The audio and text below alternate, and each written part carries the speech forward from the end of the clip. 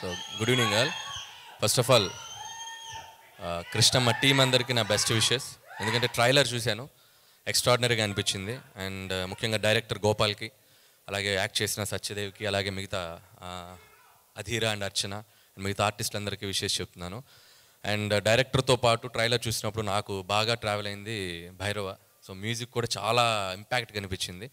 So అది intense ఉన్న cinema కాబట్టి దాన్ని త్రూ అవుట్ ఆ ఎండ్కి వచ్చినప్పుడు కూడా సత్యదేవ్ కూర్చున్న లాస్ట్ షాట్ మీద కూడా ఇచ్చిన బీజిఎం ఇంకా హాంట్ అవుతుంది నాకు. అండ్ నీ వాయిస్కి పెద్ద ఫ్యాన్, నీ మ్యూజిక్ కూడా నాకు చాలా ఇష్టం భైరవ్. All the best. అలాగే సత్యదేవ్ గురించి చెప్పాలంటే నిజంగా ప్రతి చిన్న పాత్ర నుంచి మొదలుకొని ఈరోజు హీరోగా తనకంటూ ఒక గుర్తింపు తెచ్చుకున్నాడు. అండ్ సరిలేరు టైంలో నిజానికి తను హీరోగా చేస్తున్నా కూడా ఒక చిన్న రోల్ అయినా కూడా వచ్చి చేశాడు. దట్ ఈస్ ద అంటే ఆయనకు ఉన్న రెస్పెక్ట్ అలాంటిది సినిమా మీద. So thank you Satyadev. అప్పుడు నీకు థ్యాంక్స్ చెప్పానో లేదో అందుకని ఇప్పుడు చెప్తున్నాను. And I wish you all the best.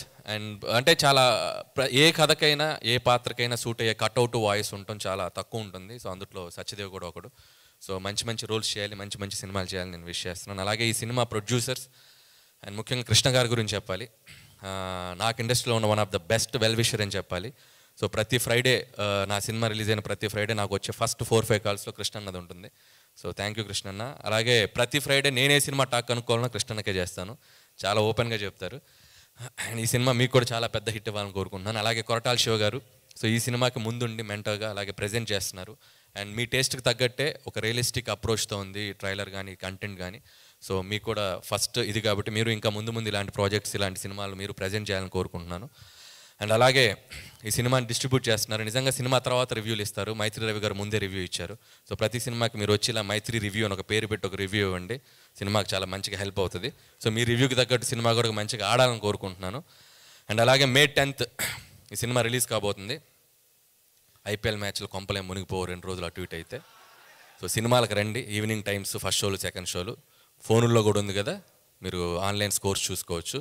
దయచేసి సినిమాలకు వచ్చి ఈ సమ్మర్లో సినిమా నిజంగా May 10th రిలీజ్ అవుతుంది.